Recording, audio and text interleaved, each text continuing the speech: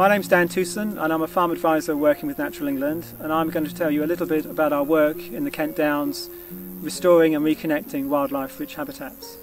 So we know the challenge that wildlife faces, and we know that one way of solving this challenge is to build bigger, better and more joined up habitats. We also know that farming is the main land use in the countryside. So our work has all been about working with farms over long timescales to create a new generation of flower-rich grasslands like the one we're standing in today. In other words, taking arable land and species-poor grasslands and finding ways to enhance and develop species-rich grassland communities.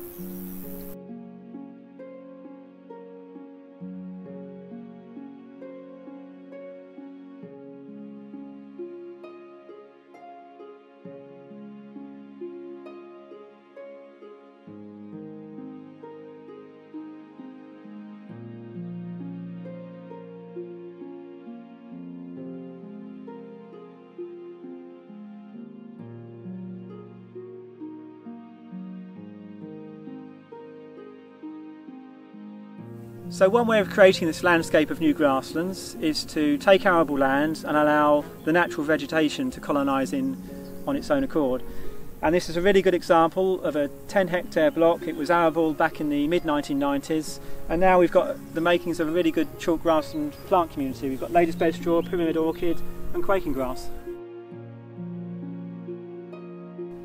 Naturally regenerated grasslands have been used to good effect in our Stour Valley project area, where flagship species such as Duke of Burgundy and black vein moth are now beginning to establish new colonies on arable reversion areas that have developed the particular habitat requirements through many years of advice and close working with farms and estates.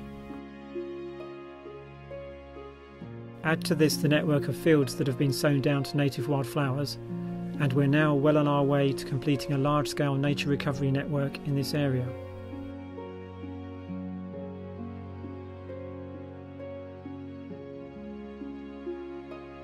So another approach that we use to establish these grasslands is to get farms to sow in wildlife seed mixtures. So this is a good example of a native wildflower sown seed mixture. It's 18 hectares in size, this particular block, one of the examples in our East Kent project area. And as you can see, the flowers are thriving really well. One of the reasons for that is the presence of this flower here, yellow rattle, living up to its name. And we get farms to put this plant into seed mixtures because it's really good at suppressing the dominance of grasses. It feeds on grass roots and reduces their vigour. And that means all these other wildflowers can thrive. Our East Kent Valleys project supports some of our larger blocks of native wildflower seeding work. Taking the farmland around the Liddon, Ulcombe and Denton valleys, we've created around 170 hectares across 20 farms.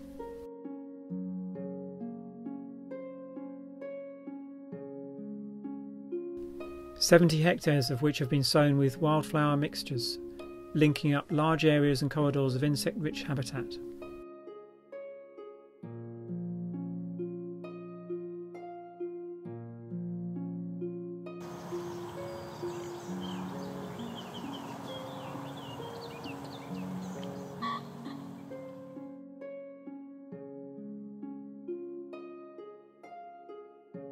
So building wildflower diversity in our grasslands is just half the story.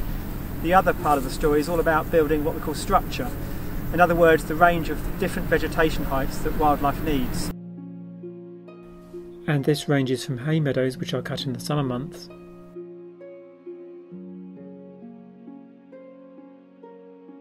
through to grazed pastures and areas that are just occasionally grazed to provide herb-rich areas amongst a mosaic of scrub. Where we can, it makes sense to try and target this habitat creation work around our already important wildlife sites.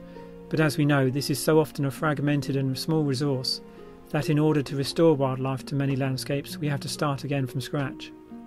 That's just what we've been doing in our Barham Downs project area, where arable farming is our main land use, but where over the last 15 years we've been creating 100 hectares of new wildflower-rich grasslands across 12 farms.